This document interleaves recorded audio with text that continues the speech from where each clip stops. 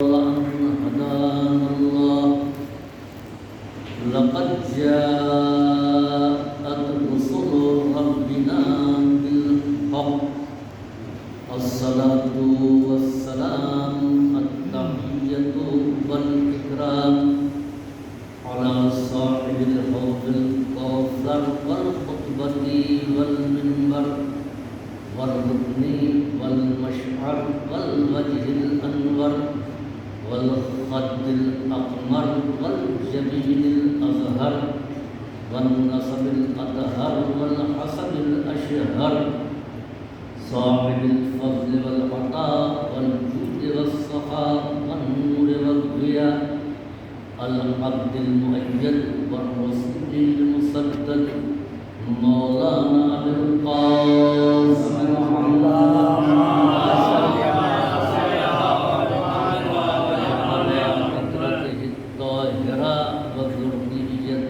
نجباء السعداء لا سيما على بقية الله الأعظم في الأرضين أما بعد فقد قال رسول الله صلى الله عليه وآله وسلم إني تارك فيكم الثقلين كتاب الله وعترتي وأهل بيتي ما إن تمسكتم بهما لن تضلوا بعدي لن يفترقا حتى يرد علي الحوض صلى الله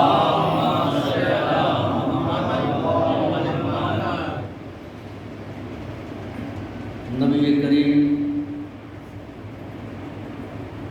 کا امت کی ہدایت اور اس سے گمراہی سے بچنے کے انتظام کا نام ہے ثقلین۔ انی تارک فیکم الثقلین، میں تمہارے درمیان دو گراں قدر چیزوں کو چھوڑ کر کے جا رہا ہوں، اللہ کی کتاب و عترتی و اہل بیتی، دوسرے میری عترت اور میرے اہل بیت۔ ما ان تمسکتم بہما لن تضلوا بعدی، جب تک تم ان دونوں سے وابستہ رہو گے تو ہرگز میرے بعد گمراہ نہیں ہوگے۔ لن یفترقا حتی یرد علی الحوض، اور یہ دونوں ہرگز جدا نہیں ہوں گے یہاں تک کہ حوض کوثر پر میرے پاس وارد ہوں۔ امت سے کو گمراہی سے بچانے کے لیے نبی کریم نے اہل بیت اور قرآن دونوں سے تمسک کا حکم دیا ہے۔ قرآن کریم کی بعض آیات نے بھی متوجہ کیا ہے کہ اگر ہم کو گمراہی سے اپنے آپ کو بچانا ہے تو کن لوگوں کے ساتھ ہونا چاہیے۔ یا ایھا الذین آمنوا اتقوا اللہ وکونوا مع الصادقین، اے صاحبان ایمان اللہ سے ڈرو اور سچوں کے ساتھ ہو جاؤ۔ ادھر پیغمبر فرما رہے ہیں کہ قرآن اور اہل بیت سے وابستہ ہو جاؤ، تو قرآن کہہ رہا سچوں کے ساتھ ہو جاؤ، پیغمبر کہہ رہے ہیں اہل بیت کے ساتھ وابستہ ہو جاؤ۔ تو اس کے معنی یہ ہیں کہ جن کو قرآن نے صادقین کہا ہے انہی کو پیغمبر نے اہل بیت کہا ہے۔ جو صادقین ہیں وہ اہل بیت ہیں، جو اہل بیت ہیں وہی صادقین ہیں۔ اور چنانچہ جب مقابلہ ہوا صداقت کا تو نبی کریم جن افراد کو لے کر کے آئے تھے وہ وہی افراد ہیں جن کو اہل بیت رسالت، اہل بیت نبوت کہا گیا۔ اسلامی واقعات میں اہم ترین واقعہ اور اہل بیت کی فضیلت میں اہم ترین واقعہ واقع مباہلہ ہے۔ واقع مباہلہ جس میں عیسائیوں سے مباہلہ ہونا طے پایا تھا، اور اس کی نوبت کیوں آئی نبی کریم نے فتح مکہ کے بعد مختلف حکام کو خط لکھا، جس میں ایران کے بادشاہ کسریٰ کو بھی لکھا، روم کے قیصر کو بھی لکھا۔ وہیں ایک خط نبی کریم نے نصارائے نجران کو لکھا۔ نجران عیسائیت کا مرکز اس زمانے میں تھا، جس طریقے سے ہمارا علمی مرکز اس وقت نجف یا قم ہے، اسی طریقے سے عیسائیوں کا علمی مرکز اس دور میں نجران تھا۔ حاکم نجران کے پاس جب نبی کریم کا خط پہنچا اور اس نے پڑھا، پیغمبر اسلام نے دو واضح جملے لفظوں میں لکھا، انی ادعوک بدعایت الاسلام اسلم فتسلم وان لم تسلم فعلیک اسم العریسیین۔ میں تم کو اسلام کے واضح راستے کی طرف بلاتا ہوں، اسلم تسلم، اسلام لاؤ گے تو تم دنیا اور آخرت میں سلامت رہو گے، وَإِن لَمْ تَسْلِمْ، اور اگر تم اسلام نہیں لاؤ گے تو فَعَلَيْكَ اسْمَ الْعَرِيسِيِّينَ، تو تمہاری رعایا کا گناہ بھی تمہاری گردن پر ہوگا۔ حاکم نجران نے اس خط کو پانے کے بعد علماء کو طلب کیا۔ ایک الزام یہ ہے کہ اسلام تلوار سے پھیلا ہے۔ اسلام اگر تلوار کی زبان جانتا، اس کے علاوہ کوئی دوسری زبان کو نہ سمجھتا، تو نصارائے نجران عیسائیوں کو نہیں بھیجتے بلکہ لشکر آتا۔ نجران کے حاکم نے لشکر نہیں بھیجا بلکہ اپنے علماء کو طلب کیا کہ ہمارا دین برحق ہے، ہمارا مذہب سچا ہے، یہ کون سا نیا مذہب ہے کہ جو ہم سے کہہ رہا ہے کہ ہم ان کے دین کو قبول کر لیں؟ جاؤ، جا کر کے سمجھاؤ، اپنے مذہب کی حقانیت کو ان کو بتاؤ۔ چنانچہ ایک وفد 70 علماء کا وہاں سے آیا، کہاں؟ مدینے۔ پیغمبر اسلام کے بارے میں دریافت کیا، معلوم ہوا کہ نبی کریم مسجد میں ہیں۔ یہ نصارائے نجران مسجد میں نبی کریم کے پاس گئے اور جا کر کے انہوں نے سلام کیا، پیغمبر نے سلام کا جواب نہیں دیا۔ یہ وہاں سے واپس آئے، باہر نکلے، کہ عجیب بات ہے کہ تمہارا پیغمبر ہمارے سلام کا جواب نہیں دیتا ہے، ہم اس کے سامنے جاتے ہیں تو وہ منہ کو پھیر دیتا ہے، ادھر جاتے ہیں تو منہ کو ادھر کر دیتا ہے، ادھر جاتے ہیں تو اپنے رخ کو اس طرف کر دیتا ہے، آخر یہ کیا بات ہے؟ عزیزوں، آپ کے پاس کوئی آئے یا آپ آئیں فیض آباد میں ہمارے یہاں ملاقات کے لیے، اور میں آپ کے سلام کا جواب نہ دوں، آپ سے بات نہ کروں، تو آپ کا رد عمل کیا ہونا چاہیے؟ 10 باتیں نہیں سنا کر کے ممبر پر آ کر کے بڑے اخلاق کی باتیں کرتے ہیں، یا ان کا اخلاق یہ ہے، مزاج یہ ہے، اچھا سلام، اور یہ کہہ کر کے فیض آباد سے رخصت ہو گئے۔ یہ علماء تھے، نصارائے نجران تھے، نبی کریم سے خاص طور سے ملنے کے لیے آئے تھے۔ پیغمبر کے پاس یہ پیغام کہوا دیا تھا کہ ہم لوگ آپ سے ملاقات کے لیے آ رہے ہیں، اور نبی کریم جو صاحب خلق عظیم ہیں، انہوں نے ان کے سلام کا جواب نہیں دیا اور ان سے رخ موڑ لیا۔ تو رد عمل یہ ہونا چاہیے، ریئیکشن یہ ہونا چاہیے کہ وہ مدینہ چھوڑ کر کے چلے جاتے، اس لیے کہ جب پیغمبر بات کرنے کو تیار نہیں ہیں تو وہ کس لیے قیام کریں؟ لیکن وہ مدینے میں رکے رہے اور ایک ایک سے پوچھتے رہے کہ یہ بتاؤ کہ تمہارا رسول ہم سے کلام کیوں نہیں کرتا ہے، پیغمبر ہم سے بات کیوں نہیں کرتے ہیں؟ عزیزوں، اتنا ہونے کے باوجود انہوں نے پیغمبر پر کوئی الزام نہیں دیا۔ یہ نہیں کہا کہ تمہارا رسول بد اخلاق ہے، کہا کہ تمہارا رسول ہم سے بات کیوں نہیں کرتا ہے۔ تو انہوں نے اپنی کمیاں تلاش کرنا شروع کیا، نبی میں کوئی کمی نہیں نکالی۔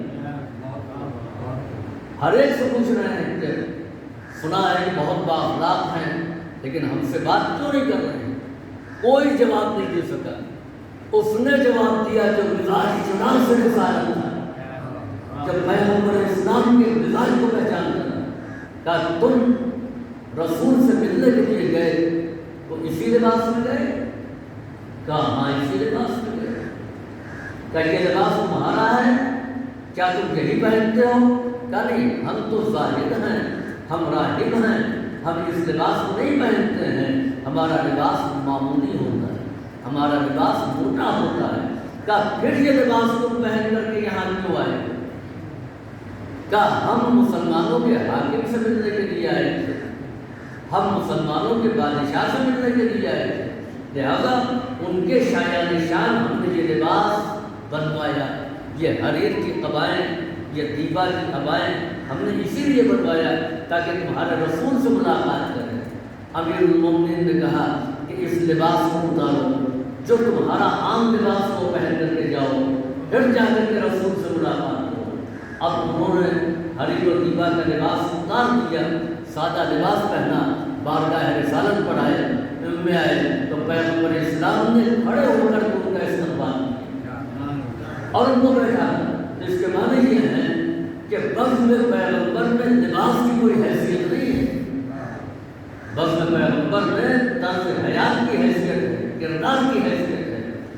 یہ غلط نظریہ لے کر کے آئے تھے کہ رسول اللہ سے ملنے جا رہے ہیں تو ہمارا لباس بہت اچھا ہونا چاہیے، بہت شاندار ہونا چاہیے، چنانچہ پیغمبر نے ان سے ملاقات نہیں کی۔ اب جو یہ لباس تبدیل کر کے آئے اور آنے کے بعد میں گفتگو شروع ہوئی، آپ ہمارے مذہب کو کیوں نہیں مان لیتے ہیں؟ الٹے پیغمبر سے کہہ رہے ہیں کہ آپ عیسائیت کو قبول کر دیجیے، کیونکہ عیسیٰ خدا کے بیٹے ہیں۔ پیغمبر اسلام کا دلیل کیا ہے؟ کا دلیل یہی ہے کہ اگر خدا کے بیٹے نہیں ہیں تو ان کے باپ کا نام بتائیے۔ نبی کریم نے جواب دیا کہ اِنَّا مَثَلَ عیسیٰ کَمَثَلِ آدم، عیسیٰ کی مثال آدم کی جیسی ہے۔ اگر اس دلیل کی بنیاد پر عیسیٰ کو خدا کا بیٹا تسلیم کر دیا جائے کہ ان کا کوئی باپ نہیں ہے، اللہ نے ان کو بغیر باپ کے پیدا کیا ہے، تو آدم خدا کے بڑے بیٹے ہیں، ان کو اللہ نے بغیر ماں باپ کے پیدا کیا۔ نبی کریم دلیل دیتے رہے، استدلال پیش کرتے رہے، مگر وہ نہیں مانے گا، ہم نہیں تسلیم کرتے ہیں، ہم نہیں مانتے ہیں۔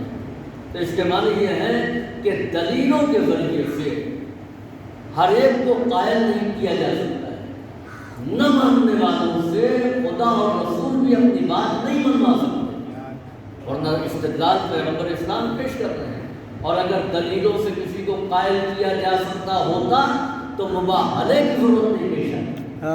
جب باتوں کو نہیں مانا تو کہا کہ مباہلہ ہو جائے، اور مباہلے کی قرآن کریم کی آیت نازل ہوئی، فمن حاجک، جو آپ سے بحث کر رہے ہیں، فمن حاجک، واضح علم آ جانے کے بعد تو فقل تعالوا، تو آپ ان سے کہیے کہ تم لاؤ، کس کو لاؤ؟ فقل تعالوا انفسنا وانفسکم، اپنے نفسوں کو ہم لائیں، تم اپنے نفسوں کو لاؤ، وابناءنا وابناءکم، تم اپنے فرزندوں کو لاؤ، ہم اپنے فرزندوں کو لاتے ہیں، ونساءنا ونساءکم، ہم اپنی عورتوں کو لے کر کے آتے ہیں، تم اپنی عورتوں کو لے کر کے آؤ، ثم نبتہل، اور پھر ہم مباہلہ کریں گے۔ اور مباہلہ میں کیا ہے؟ فَلْنَجْعَلْ لَعْنَةَ اللَّهِ عَلَى الْكَاذِبِينَ، ہم جھوٹوں پر لعنت کریں گے۔ یہ طے ہو گیا کہ اب بحث اور مباحثے سے مسئلہ حل نہیں ہونے والا ہے، ہم مباہلہ کریں گے اور مباہلے میں جھوٹوں پر لعنت کی جائے گی۔ تاریخ طے ہو گئی، جگہ طے ہو گئی۔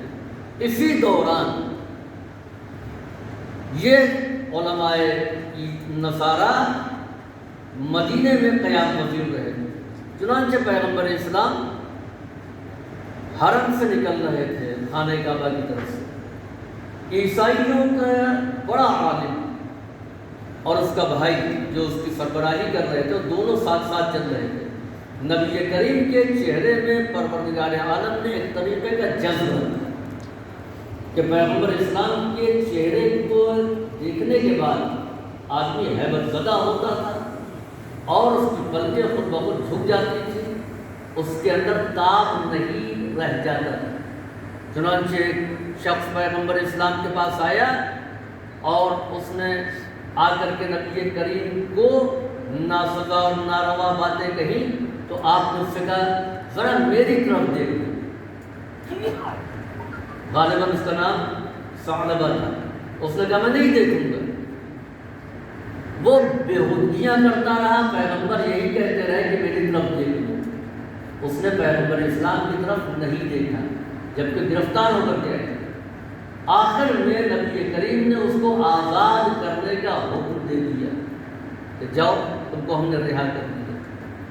وہ رہا ہو کر چلا گیا۔ راستے میں اس کو خیال آیا کہ نبی کریم بار بار کہہ رہے تھے کہ میری طرف ایک مرتبہ دیکھ لو، اور میں نے نہیں دیکھا۔ اب یہ جیسے ہی خیال آیا تو وہ دوڑتا ہوا واپس پلٹا پیغمبر اسلام کے پاس، اور اب جو رخ انور کو دیکھا تو اس کے قلب کی کیفیت بدل چکی۔ یہ ہے پیغمبر اسلام کے رخ انور کی تاثیر۔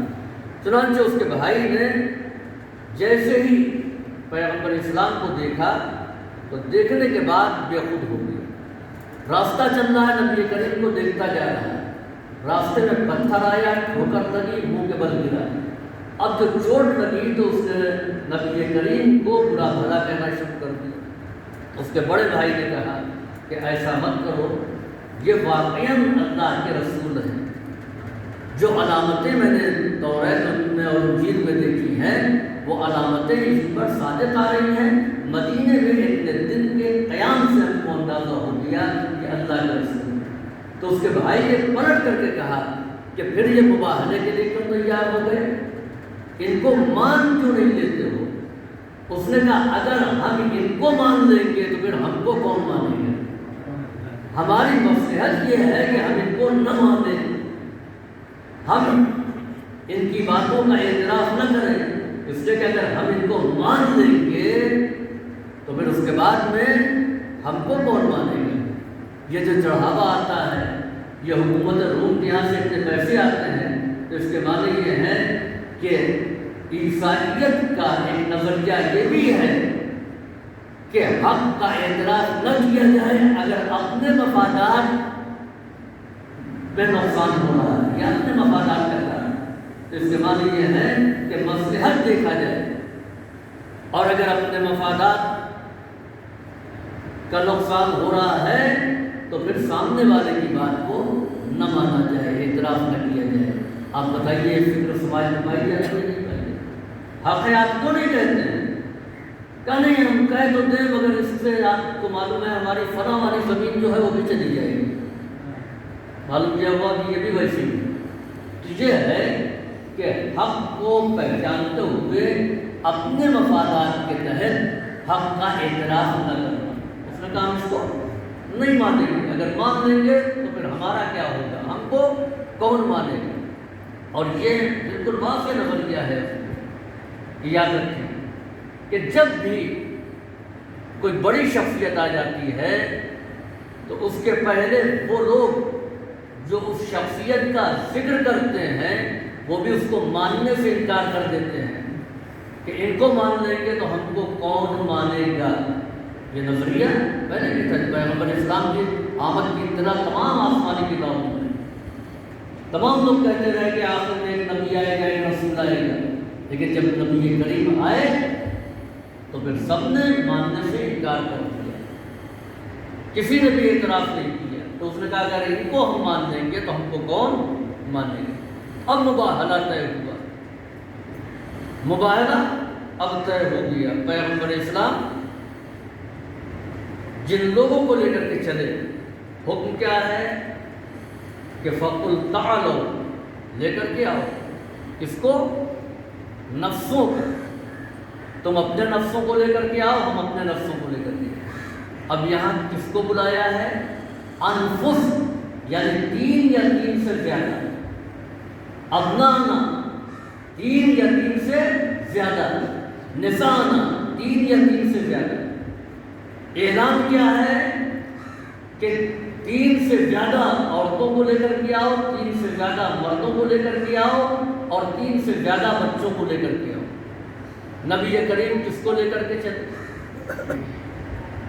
نبی کریم مردوں میں صرف امیر المومنین کو لے کر کے چلے، بچوں میں حسنین کریمین کو لے کر کے چلے، عورتوں میں صرف جناب زہرا کو لے کر کے چلے۔ اگر یہ حکم ہوتا کہ صرف ایک مرد کو لے کر کے آئیے، ایک عورت کو لے کر کے آئیے، 2 بچوں کو لے کر کے آئیے، تو پھر یہ بات یہاں پر کہی جا سکتی ہے کہ امت میں بہت سے مرد تھے، امت میں بہت سی عورتیں تھیں، امت میں بہت سے بچے تھے، لیکن کیا کیا جائے؟ بلایا گیا تھا ایک ہی عورت کو، کیا کیا جائے؟ بلایا گیا تھا 2 ہی بچوں کو، کیا کیا جائے؟ بلایا گیا تھا صرف ایک ہی مرد کو۔ اس لیے پیغمبر اس کو لے گئے جو امت میں سب سے بہترین تھا، پیغمبر اس کو لے گئے کہ جس سے بہتر کوئی امت میں نہیں تھا۔ ایسے افراد کو نبی کریم نے جمع کیا، مگر گنجائش یہ ہے کہ مرد 3 سے زیادہ جتنے آ سکتے ہیں وہ آ جائیں، بچے 3 سے زیادہ جتنے آ سکتے ہیں وہ آ جائیں، عورتیں 3 سے زیادہ جتنی آ سکتی تھیں سب آ جائیں، لیکن سب کو پیغمبر لے کر کے نہیں چلے۔ کیا اس کے علاوہ کوئی سچا نہیں تھا؟ چنانچہ فتح مکہ کے وقت جب بت خانہ کعبہ سے گرائے جا رہے تھے تو بہت سے لوگ اپنی خدمات لے کر کے آگے بڑھے اور کہا یا رسول اللہ ہم کو بھی موقع دیجیے، ہم ان بتوں کو توڑ دیں۔ تو پیغمبر نے فرمایا کہ جس نے ان کی عبادت کی ہے وہ ان کو نہیں توڑ سکتا، لہذا امیر المومنین کے علاوہ کوئی نہیں تھا کہ جو بت شکنی کرے بتوں کو توڑے۔ تو یہاں پر بھی لوگوں کو اپنے خدمات پیش کرنا چاہیے تھا، یا رسول اللہ آپ مباہلے میں جا رہے ہیں، ہم کو بھی لے چلیے۔ کسی کا نہ کہنا اس بات کی دلیل ہے کہ یہ مباہلہ صداقت کے میدان کا ہے، لہذا ہر آدمی اس میں نہیں جا سکتا ہے۔ اور دوسری طرف عیسائی کہیں نہیں گئے، وہ جو 70 علماء آئے تھے اس میں سب کے سب مرد تھے، نہ بچے نہ عورتیں۔ تو ان کو چاہیے تھا کہ کچھ لوگوں کو بھیجتے جو نجران جاتے وہاں سے عورتوں اور بچوں کو لے آتے، یا قرب و جوار کے عیسائیوں کو دیکھتے وہاں سے عورتوں اور بچوں کو لے آتے، لیکن ایسا نہیں ہوا۔ عورتوں اور بچوں کو لے کر کے وہ نہیں آئے، وہ وہی مرد تھے 70 علماء، وہی مقابلے میں۔ عزیزوں، نہ پیغمبر اسلام نے یہ کہا کہ بات یہ طے ہوئی تھی کہ عورتوں اور بچوں کو بھی لے کر کے آؤ، اور نہ انہوں نے بلوایا۔ فرق آپ پہچان لیجیے، عیسائیت میں رہبانیت کیوں ہے؟ وہ کہتے ہیں کہ معنویت کی ترقی میں، روحانی ترقی میں یہ عورتیں اور بچے دونوں حائل ہیں، دونوں غیر کی زنجیر بن جاتے ہیں۔ نبی اس نظریے کو غلط کرنا چاہتے ہیں۔ نبی کریم نے کہا کہ یاد رکھو جن چیزوں کو تم روحانیت کے سفر میں رکاوٹ سمجھتے ہو، ہمارے یہاں یہی روحانیت میں معاون اور مددگار ہے، لہذا عورتوں اور بچوں کو لے کر کے۔ اب یہیں پر سوال پیدا ہوتا ہے کہ جب گنجائش تھی، لمیٹیشن نہیں تھا، تو باقی لوگوں کو پیغمبر اسلام کیوں نہیں لے کر کے آئے؟ مقابلہ سچوں کا تھا نا، میدان صداقت کو سر کرنا تھا۔ تو کیا ابو بکر سچے نہیں تھے؟ سلمان سچے نہیں تھے؟ مقداد سچے نہیں تھے؟ جناب ابو بکر کی صداقت کے لیے پیغمبر اسلام کی یہ سند کافی ہے کہ ما اضلت الخبرہ وما اقلت الخبرہ فلا فی لہجۃ ہوا اصدق من ابی ذر۔ نہ آسمان نے کسی پر سایہ ڈالا، نہ زمین نے کسی کا بوجھ اٹھایا جو ابو ذر سے زیادہ سچا ہو۔ تو ابو ذر کو کیوں نہیں لے کر کے گئے؟ سلمان کو کیوں نہیں لے کر کے گئے؟ مقداد کو کیوں نہیں لے کر کے گئے؟ حذیفہ یمانی کو کیوں نہیں لے کر کے گئے؟ یہ تو سچے تھے۔ عزیزو یاد رکھیں کہ سچ کسے کہتے ہیں؟ سچ کہتے ہیں حقیقت کے مطابق بیان دینا، اس کو کہتے ہیں سچ۔ جو واقعہ ہو گیا ہے اسی کے مطابق بیان کر دیا جائے، اس کو کہتے ہیں سچ، کہ حقیقت کے مطابق واقعے کو بیان کیا جائے۔ حقیقت کے خلاف اگر کوئی عمل کیا جائے تو وہی ہے جھوٹ۔ اب آئیے سلمان مومن تھے یا ایمان لائے، ابو ذر مومن تھے یا ایمان لائے، حذیفہ مومن تھے یا ایمان لائے، یہ جتنے بھی ہیں یہ سب ایمان لائے، مومن نہیں تھے۔ اور جب مومن نہیں تھے تو کیا تھے؟ کا مشرک تھے، کافر تھے، یہی تھے۔ مشرک ہیں اور کافر ہیں، تو مشرک اور کافر ہونا ہی اس بات کی دلیل ہے کہ جب کافر تھے تب جھوٹ بول رہے تھے۔ کیسے؟ کہ یہ بت خدا ہے، کیا واقعا خدا ہے؟ خدا نہیں ہے، تو یہ حقیقت کے خلاف بیان ہے یا حقیقت کے مطابق؟ یہ دریا خدا ہے، یہ حقیقت کے خلاف بیان ہے یا حقیقت کے مطابق؟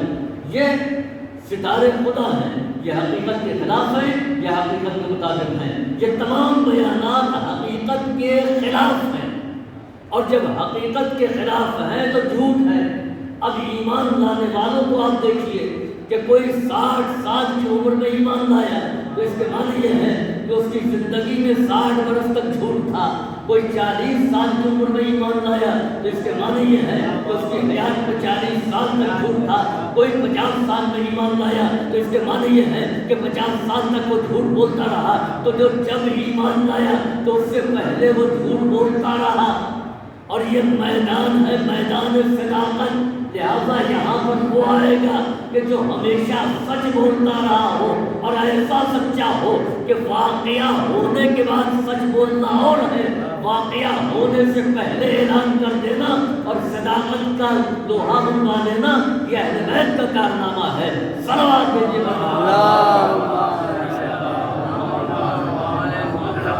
اس لیے افراد کو نبی کریم میدان مباہلہ میں لے کر گیا، اور جب ان چہروں کو دیکھا تو دیکھنے کے بعد اس خفی اعظم نے کہا کہ خبردار ان سے مباہلہ نہ کرنا۔ ہم ایسے چہروں کو دیکھ رہے ہیں کہ اگر یہ اشارہ کر دیں تو پہاڑ اپنی جگہ سے ہٹ جائیں۔ چنانچہ جب پیغمبر اسلام امیر المومنین صدیقہ طاہرہ اور امام حسن اور امام حسین کو لے کر کے چلے ہیں تو اس وقت کہا جب سما تھا، ہوا رک گئی تھی، پتے درختوں کے نہیں ہل رہے تھے، پرندے اپنے آشیانوں سے زمین پر اتر آئے تھے اور انہوں نے اپنے سینوں کو زمین پر ٹیک کر کے پروں کو پھیلا دیا۔ یہ منظر اس وقت کا تھا۔ پیغمبر کس شان سے روانہ ہوئے؟ آگے آگے نبی کریم امام حسین کو آغوش میں لی ہوئی، امام حسن کی انگلی پکڑے ہوئے، درمیان میں عصمت کبریٰ اور پیچھے پیچھے امیر المومنین علی بن ابی طالب علیہ السلام۔ اس انداز میں پیغمبر اسلام چلے ہیں مباہلہ کے لیے، اور یہ اہتمام رکھا۔ آپ دیکھیے کہ نبی کریم آگے آگے یعنی لوگوں کے نقش قدم کو مٹاتے جا رہے ہیں۔ نقش قدم نبوت پر عصمت کبریٰ جناب زہرا کے قدم، اور پھر اس کے بعد میں امیر المومنین جو جناب زہرا کے نقش قدم کو مٹاتے ہوئے چل رہے ہیں، تاکہ یہ نقش قدم باقی نہ رہے اور دوسروں کے قدم اس پر نہ پڑنے پائے۔ اس انداز میں میدان مباہلہ میں، اور عزیزوں ان میں جو افراد میدان مباہلہ میں آئے، مرد 4، عورتوں میں صرف صدیقہ کبریٰ جناب فاطمہ زہرا، یعنی میدان صداقت میں، معیار صداقت میں مردوں میں تو ایک جیسے 4 نظر آئے، لیکن عورتوں میں تنہا جناب زہرا، جناب زہرا کے علاوہ اور کوئی نہیں۔ اس مباہلے سے ایک نتیجہ نکلتا ہے کہ جب آپس میں بحث و مباحثہ ہو اور مسئلے کا حل نہ ہو اختلاف کا، تو انسان لعنت کر کے خاموشی سے الگ ہٹ جائے۔ چنانچہ یہی طے پایا کہ ہم اب ایک دوسرے پر لعنت کریں گے، اور ان عیسائیوں نے کہا کہ ہم ان سے مباہلہ نہیں کریں گے۔ یہی سے اندازہ آپ لگائیں گے کہ یہاں میدان مباہلہ میں کس اسلحے کا استعمال ہونا ہے، یعنی دعا، چاہے اس کو آپ بد دعا کیجیے یا دعا کیجیے، لیکن لفظ ہے دعا۔ جب کسی کی تباہی کے لیے دعا کی جائے گی تو اس کو بد کہتے ہیں، ورنہ ہے دعا، اور جب کسی کے خیر کے لیے دعا کی جائے گی تو اس کو مطلقاً دعا کہتے ہیں۔ تو اب یہاں پر دعا کے اسلحے کا استعمال ہونا ہے۔ فرق آپ پہچانیے کہ دعا کس اسلحے کا نام ہے، تلوار، نیزے، تیر، یہ کس اسلحے کا نام ہے؟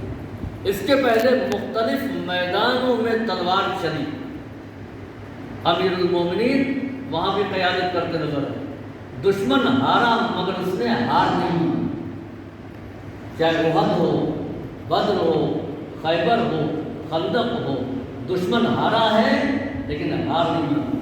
دعا اس اسلحے کا نام ہے کہ جہاں پر دشمن نے ہار مانی۔ عیسائیوں نے میدان مباہلہ میں اپنی شکست کا اعتراف کیا، ہار کو تسلیم کر دیا۔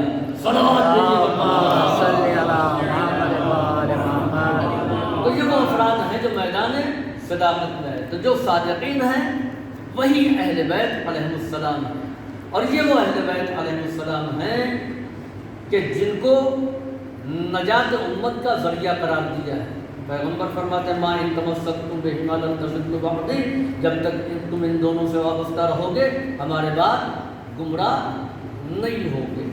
اور پھر اس کے بعد میں انہی اہل بیت کے لیے پیغمبر نے اعلان کیا کہ مثل اہل بیتی کمثل سفینۃ نوح من رکبہا نجا ومن تخلف عنہا ضل فغرق وہوا۔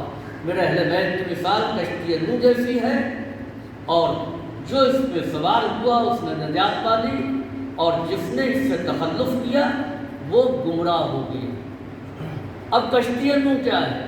آخری بات، کشتی نوح کیا ہے؟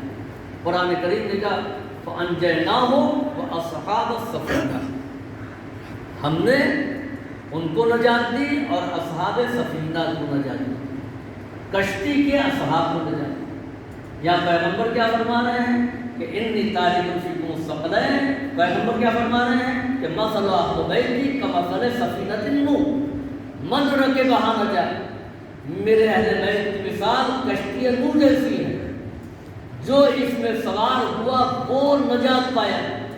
قرآن کیا کہہ رہا ہے؟ فَأَنْجَيْنَاهُ، ہم نے نوح کو نجات دی، وَأَصْحَابَ السَّفِینَةِ، اور ہم نے کشتی کے اصحاب کو نجات دی۔ یہ کیوں کہا کہ ہم نے کشتی کے اصحاب کو نجات دی؟ اعلان یہ ہونا چاہیے وَأَنْجَيْنَاهُ وَأَصْحَابَهُ، ہم نے ان کو نجات دی اور ان کے اصحاب کو نجات دی۔ کہ وَأَنْجَيْنَاهُ وَأَصْحَابَ السَّفِینَةِ، ہم نے ان کو نجات دی اور کشتی کے اصحاب کو، جبکہ جو کشتی کے اصحاب ہیں، جو کشتی میں سوار ہیں، وہی تو اصحاب نوح ہیں، وہی تو نبی کے اصحاب ہیں۔ تو ایک لفظ سفینہ کا اضافہ کیوں ہے؟ کلام وہ اہم مانا جاتا ہے کہ جس میں کم لفظوں میں زیادہ باتیں کہی جائیں، مختصر جملہ ہو اور مطالب زیادہ ہو۔ چنانچہ بڑی کتابیں جو علمی کتابیں ہوتی ہیں ان میں ایک ایک سطر میں تقریباً 2 صفحے کے مطالب ہوتے ہیں، اس کا حل کرنا بھی آسان نہیں ہوتا ہے۔ تو کم لفظوں میں مطالب زیادہ ہوں، یہی کلام کا حسن ہے۔ چنانچہ ہمارے یہاں طالب علمی میں ایک کتاب پڑھائی جاتی تھی جس کا نام تھا چہار مقالہ، اس میں بھی یہی فن تھا کہ کم لفظوں میں زیادہ باتیں کی جائیں۔ اس میں ایک واقعہ درج تھا کہ عباسی دور حکومت میں بغاوت کی کسی نے، بغاوت کرنے والے کا نام تھا ماکان، جو ایک علاقے کا حاکم تھا، اور اس نے بغاوت کر دی۔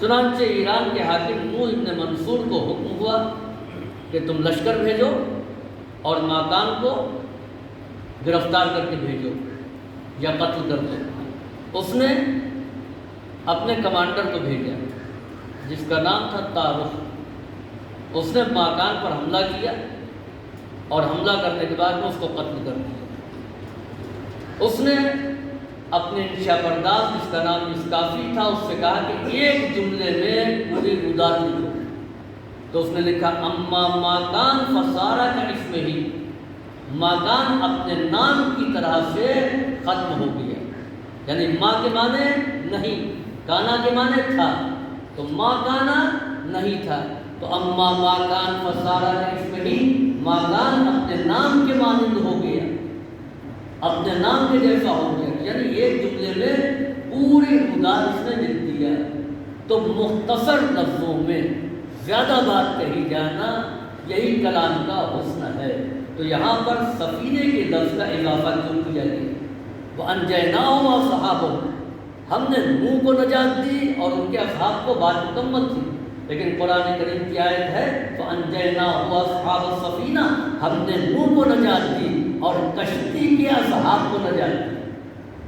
یعنی یہ نہیں کہا کہ نوح کے اصحاب کو، تو اس کے معنی یہ ہے کہ نجات ہے مگر نبی کے اصحاب ہونے میں نہیں بلکہ کشتی کے اصحاب ہونے میں، یعنی نجات وابستہ ہے کشتی کے ذریعے، نبی ضامن نجات ہوگا مگر کشتی کے ذریعے۔ اب پیغمبر فرما رہے ہیں کہ میرے اہل بیت کی مثال کشتی نوح کے جیسی ہے، جو اس میں سوار ہو گیا وہ نجات پا گیا۔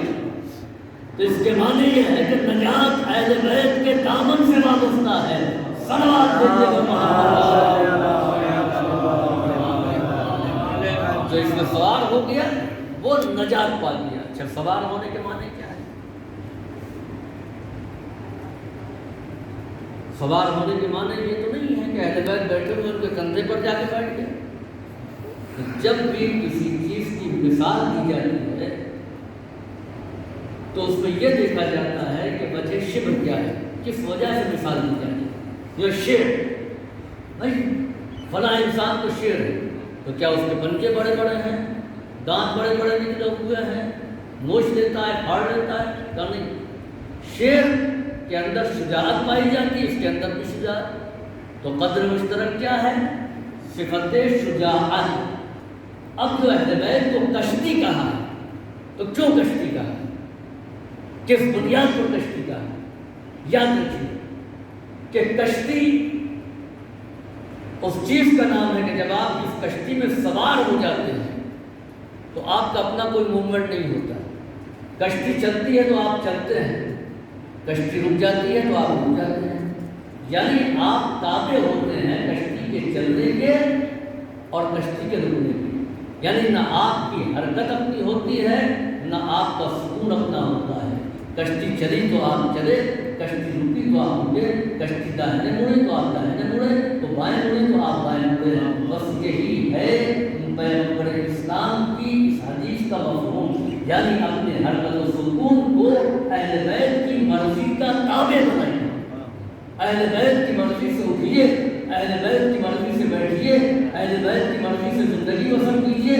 یہ ہے کشتی میں سوار ہونے کے معنی۔ صلوات دیجیے محمد۔ ہم اہل بیت کے ماننے والے ہیں، ہمارا عمل کیا ہے؟ تو پیغمبر اسلام نے واضح لفظوں میں اعلان کر دیا کہ ہم امت کو گمراہی سے بچانے کے لیے جن چیزوں کو چھوڑ کر کے جا رہے ہیں وہ قرآن ہے اور اہل بیت ہے۔ اگر تم ان سے وابستہ رہو گے تو نجات پاؤ گے، اگر تم ان سے وابستہ نہیں رہو گے تو گمراہ ہو جاؤ گے۔ اور یاد رکھو یہ دونوں ہرگز جدا نہیں ہوں گے یہاں تک کہ حوض کوثر پر میرے پاس وارد ہو، حتی یرد علی الحوض، یہاں تک کہ حوض کوثر پہ ہمارے پاس وارد ہو۔ عزیزوں، یہ اہل بیت ہیں جو سرمایہ نجات۔ اب دیکھیے کہ جناب نوح علیہ السلام کی کشتی یہ نجات کا ذریعہ بنی، مگر کس کے لیے؟ کہ جناب نوح نے اپنے اور اپنے ماننے والوں کو بچا لیا اور ساری امت کو غرق کر دیا، ساری امت تباہ اور ہلاک ہو گئی۔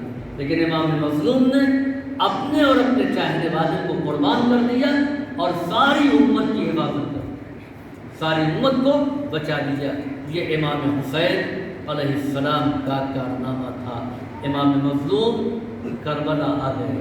عزیزوں، آج 8ویں محرم ہے اور 8ویں محرم کی تاریخ منسوب ہے سرکار وفا جناب ابوالفضل عباس۔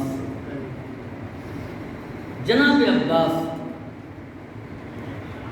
جن کی ذات محتاج تعارف نہیں تھی، عباس اس ہستی کا نام ہے کہ جس نے اپنے کردار کو سرحد عصمت سے ملا دیا۔ عزیزوں، جو حیبت اور جلالت جناب عباس کے نام میں ہے، جو اثر جناب عباس کے نام میں ہے، واقعاً وہ حیبت اور جلالت کسی اور کے نام میں نظر نہیں آتی۔ جناب عباس کی حیبت کا اندازہ آپ لگائیں کہ امام حسین علیہ السلام کو کتنا اعتماد تھا، کتنا اعتبار تھا اپنے اس بھائی کے اوپر، اپنے اس علمدار کے اوپر۔ چنانچہ روایت کہتی ہے کہ نبی محرم کو فوجوں نے حملہ کر دیا۔ امام حسین نے خیمے میں فوجوں کے شور کو سنا۔ آپ نے جناب عباس کو بلایا، بھیا عباس دیکھو یہ شور کیسا ہے۔ جناب عباس نے کہا آقا حملہ ہو گیا ہے۔ لشکر خیموں سے قریب آ گیا۔ امام حسین نے جناب عباس سے کہا اے میرے بھائی جاؤ اور جا کر کے پسر ساتھ سے کہو کہ ایک شب کے لیے جنگ کو روک دیا جائے۔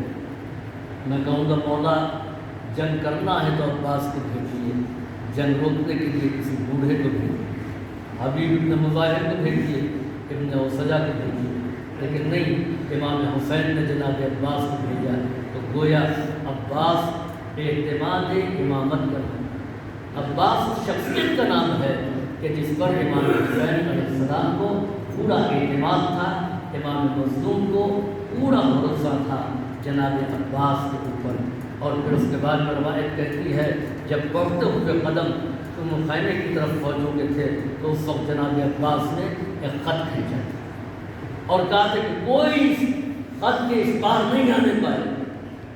روایت تاریخ گواہ ہے کہ لشکر یزیدی کے بڑھتے ہوئے قدم رک گئے اور کوئی آگے نہیں بڑھا۔ اللہ نے جری کے ہاتھوں نے ایسا خط کھینچا کہ اس خط کو پار کرنے کی کسی میں جرأت نہیں۔ میں نے جنگ خندق کے منظر کو بھی دیکھا کہ وہاں خندق کھودی گئی تھی، اس کے باوجود عمرو اور اس کے ساتھی خندق کے اس بار آ گئے۔ یہاں عباس نے خندق نہیں کھودی تھی بلکہ جناب عباس نے ایک خط کھینچا تھا۔ کوئی ایک سپاہی لشکر یزید کا اس خط کے اس بار نہیں آیا۔ یہ ہے جناب عباس کی حیبت، یہ ہے جناب عباس کی جلالت۔ ارباب مذاق صبح عاشور جب مقتل سے تمام لاشیں اٹھ کر کے آ چکی ہے، اب لشکر امام حسین میں مردوں میں امام حسین، جناب عباس، جناب علی اکبر اور امام زین العابدین کے علاوہ کوئی نہیں بچا۔ تو جناب عباس نے رن کی نگاہ دی، مولا مجھے بھی لڑنے کی اجازت دیجیے۔ امام حسین نے کہا ہے میرے بھائی تم میرے لشکر کے علمدار ہو، تم کو ہم میدان میں جانے کی اجازت کیوں کرتے؟ جناب عباس سوکھا ہوا مشکیزہ لے کر کے آئے۔ آقا بچوں کی پیاس دیکھی نہیں جاتی ہے، آپ دیکھیے کہ سکینہ کا چہرہ کیسے مرجھا گیا ہے، آپ جنگ کی اجازت نہیں دیتے، نہ صحیح پانی لانے کی اجازت دیجیے، میں پانی لے کر کے ان بچوں کے لیے آؤں گا۔ امام مظلوم نے جناب عباس کو اجازت دی۔ یہ خبر جناب زینب تک پہنچی کہ عباس رن میں جا رہے ہیں، مشکیزہ لے کر کے جا رہے ہیں، پانی لانے کے لیے جا رہے ہیں۔ تو جناب زینب نے جناب عباس کو بلایا، اے میرے بھائی عباس تم بھی مرنے کے لیے جا رہے ہو؟ سنو میں چھوٹی تھی، بابا کی آغوش میں تھی، میرے دوش سے ردا سرک گئی، بابا نے میرے بازوؤں کا بوسہ لیا اور رونے لگے۔ میں نے پوچھا بابا آپ بازوؤں کا بوسہ کیوں لے رہے ہیں اور آپ دنیا کیوں فرما رہے ہیں؟ تو بابا نے جواب دیا اے زینب اسلام پر ایک وقت آئے گا جب تم کو ان بازوؤں میں جسمانی ظلم بنوانا ہوگی، تمہارے یہ بازو رسیوں سے باندھے جائیں گے، تم کو قید کیا جائے گا۔ اے میرے بھائی عباس پھر تم پیدا ہوئے، تم کو بڑھتے ہوئے میں دیکھ رہی تھی، جوان ہوتے ہوئے دیکھ رہی تھی، اور دل میں یہ خیال آتا تھا کہ کس کی مجال ہے کہ جس کا عباس جیسا بھائی ہو اس بہن کے بازوؤں میں رسی باندھے۔ اے بھیا عباس تم آسرا ہو اور تم ہماری ڈھارس ہو، لیکن اب جب تم جا رہے ہو تو ہم کو یقین ہو گیا کہ ان بازوؤں میں رسیاں باندھی جائیں گی، زینب کو اسیر کیا جائے گا۔ ارباب ازا جناب عباس میدان جنگ میں آئے، جنگ کی مشکیزیں میں پانی کو بھر بھرا اور مشکیزہ لے کر کے چلے ہیں۔ ارباب نظر وہ عباس جن کی حاضری کی نظر آج ہوتی ہے، وہ عباس جن کو باب الحوائج کہا جاتا ہے، جہاں مرادیں پوری ہوتی ہیں، حاجتیں پوری ہوتی ہیں۔ جناب عباس کو باب الحوائج کیوں کہا؟ جناب عباس کی دو حاجتیں تھیں۔ ایک حاجت یہ تھی کہ لڑنے کی اجازت مل جائے اور رب کی رضا مل جائے تو بتا دیا جائے کہ علی کا شیر کس انداز میں لڑتا ہے۔ یہ حاجت کیا پوری ہوئی؟ کیا یہ تمنا پوری ہوئی؟ نہیں جناب عباس کی یہ تمنا پوری نہیں ہوئی، باقاعدہ جنگ کرنے کا موقع نہیں ملا۔ اور دوسری حاجت جناب عباس کی کیا تھی کہ جب مشکیزے کو پانی سے بھر دیا تو صرف اور صرف یہی حاجت تھی کہ مشکیزہ صحیح و سلامت خیمے تک پہنچ جائے۔ اس کے لیے جناب عباس نے بہت کوششیں کی، یہاں تک کہ بازو قلم ہو گئے۔ بازو قلم ہونے کے بعد جب اشقیاء نے شیر کو گھیر دیا، حمید ابن مسلم کہتا ہے کہ عباس رکابوں پر بلند ہوتے تھے اور اٹھ کے دیکھتے تھے کہ خیمہ کتنی دور رہ گیا ہے، ہم پانی کو خیمے تک پہنچا دیں۔ عزیزوں ذرا تصور کیجئے، وہ جس کے دونوں بازو قلم کر دیے گئے ہوں، دونوں بازو کاٹ دیے گئے ہوں، چاروں طرف سے اشقیاء نے گھیر دیا ہو، اس کی دوہری ذمہ داری ایک تو علم کو سنبھالے ہوئے ہے اور دوسرے مشکیزے کی حفاظت کرنا ہے۔ کس انداز میں حفاظت کریں؟ عباس گھوڑے کی لجام اپنے دانتوں سے دبایا، مشکیزے اور علم کو کٹے ہوئے ہاتھوں کی مدد سے سینے سے ضم کر کے دبا دیا اور اس کے بعد گھوڑے کو کعبے پر لگایا کہ تاکہ آگے بڑھے۔ اشقیاء قریب آ گئے، مسلسل تیر برسنے لگا۔ علامہ اسفرائینی کہتے ہیں کہ عباس کے جسم نازنین پر اتنے تیر لگے کہ عباس کا جسم مثل خار پشت یعنی ساہی جانور کے مانند ہو گیا کہ جس کی پیٹھ پر کانٹے ہی کانٹے رہتے ہیں۔ اس کے باوجود جناب عباس مشکیزے کو بچاتے رہے۔ بن کاہل اسدی نے تیر ایسا مارا کہ جب مشکیزے میں پیوست ہوا، ایک دو نہیں کئی تیر پیوست ہوئے، اب پانی بہنے لگا۔ ہاتھ موجود نہیں ہے کہ ہاتھوں کے سہارے سے پانی کو روک لے، پانی بہتا رہا، جلی کی آس ٹوٹتی گئی۔ جب پانی بہ گیا تو جناب عباس نے مزاحمت ختم کر دیا، پھر جہاں تھے وہیں پر رک گئے۔ اب کوئی حملہ نہیں ہے، اب آگے بڑھنا نہیں ہے۔ ایک ملعون قریب آیا، اس نے اپنے تیر کا نشانہ لیا، جناب عباس کے سینے پر تیر مارا۔ بہت ہی قریب آ کر کے تیر مارا گیا تو پورا تیر پیوست ہو گیا تھا۔ جناب عباس اس تیر کو نہ نکال سکے، ابھی ایک تیر سینے میں لگا تھا کہ دوسرا تیر جناب عباس کی آنکھوں میں آ کر کے پیوست ہو گیا۔ عزیزوں یہ بتاؤ کہ اگر ہاتھ سلامت ہو تو انسان جہاں پر تکلیف ہوتی ہے اس حصے کو ہاتھوں سے دبا لیتا ہے۔ سینے میں تکلیف ہے تو سینے کو دبا لے گا، آنکھوں میں تکلیف ہے تو آنکھوں کو ہاتھوں سے دبا لے گا۔ عباس کے اگر دونوں ہاتھ موجود ہوتے تو ایک ہاتھ سینے پر جاتا، دوسرا ہاتھ آنکھوں پر جاتا، نہ یہ ہاتھ سلامت ہے نہ وہ ہاتھ سلامت ہے۔ عباس نے اپنے سر کو جھکا دیا، دونوں گھٹنوں کے قریب لے گئے، تیر کو دونوں گھٹنوں سے دبایا، نکالنا چاہتے ہیں، ارے تیر نہ نکلا بلکہ جھکے ہوئے سر پر ایک گرز ایسا پڑا کہ جناب عباس زمین پر آ گئے۔ آواز دی یا اخی ادرک اخاک، اے بھائی بھائی کی خبر دیجئے۔ امام مظلوم نے کس حسرت کے ساتھ کہا، الآن ان کا سلام